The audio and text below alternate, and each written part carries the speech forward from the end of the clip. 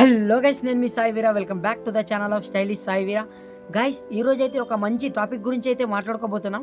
అదేమిటంటే, ఈ భూప్రపంచం పైన ఒక చెట్టు లేకపోతే ఏమవుతుంది, అంటే ఈ భూమి పైన ఒక చెట్టు అనేది లేకపోతే ఈ ప్రపంచం అనేది ఏమవుతుంది అనే దాని గురించి అయితే మాట్లాడుకోబోతున్నాం.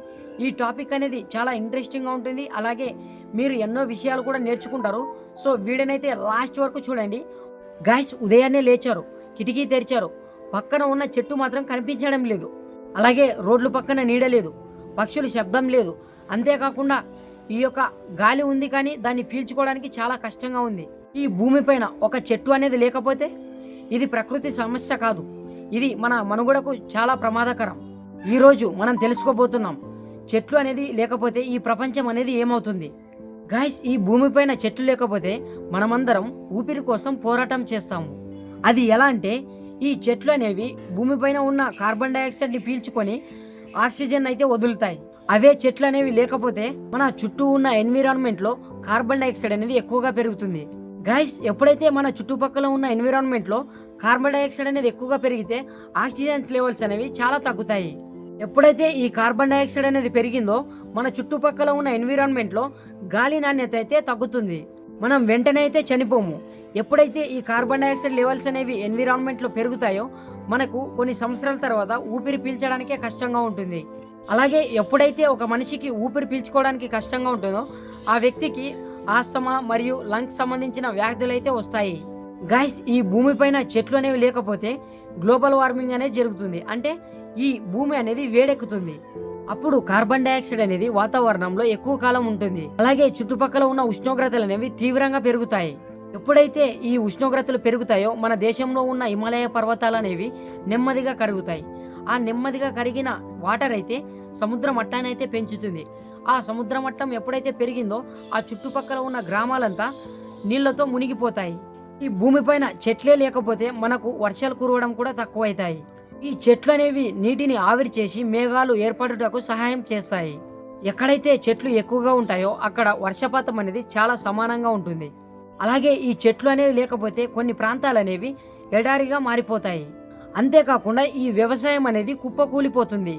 మన భారతదేశంలో పంటలు పండిస్తున్న ప్రతి ఒక్క రైతుకు ఈ చెట్లు అనేవి ఎంతో కీలక పాత్ర పోషిస్తాయి. చెట్లు అనేవి ఎక్కడైతే ఎక్కువగా ఉంటాయో అక్కడ నేల అనేది చాలా సారవంతంగా ఉంటుంది. ఈ చెట్లే గనక లేకపోతే మన చుట్టుపక్కల ఉన్న ప్రాంతాలలో సాయిల్ ఎరోషన్ అనేది జరుగుతుంది. సాయిల్ ఎరోషన్ అంటే మట్టి అనేది కొట్టుకోపోవటం. ఈ సాయిల్ ఎరోషన్ అనేది జరగడం ద్వారా పంటల ఉత్పత్తి అనేది తగ్గుతుంది. అంతేకాకుండా ఆహారం కొరత అనేది ఎక్కువగా పెరుగుతుంది. అప్పుడు ఈ ధరలు అనేవి ఆకాశాన్ని అంటుతాయి. ఎప్పుడైతే ఈ ధరలు అనేవి పెరుగుతాయో మనకు పేదరికం అనేది ఎక్కువగా పెరుగుతుంది. ఈ చెట్లే గనక లేకపోతే జంతు ప్రపంచం అనేది కూలిపోతుంది. అడవి అనేది జంతువులకు ఇల్లు లాంటిది. ఈ అడవి లేకపోతే పక్షులు అనేవి గూళ్ళు కట్టుకోవు. ఈ చెట్టు లేకపోతే ఫుడ్ సైకిల్ అనేది దెబ్బతింటుంది. ఒక జీవి అంతరించిపోతే దాని ప్రభావం మొత్తం ప్రకృతి సమతుల్యంపై పడుతుంది. అలాగే ఈ చెట్లు అనేవి వరదలను తగ్గిస్తాయి. చెట్లు వేర్లు అనేవి భూమిని బలంగా చేస్తాయి. ఈ చెట్లు లేకపోతే చిన్న వర్షం కూడా పెద్ద వరదలా మారుతుంది. అప్పుడు తుఫాన్ల ప్రభావం మరింత ఎక్కువగా ఉంటుంది. అంతేకాకుండా ప్రకృతి నియంత్రణ కూడా తగ్గుతుంది.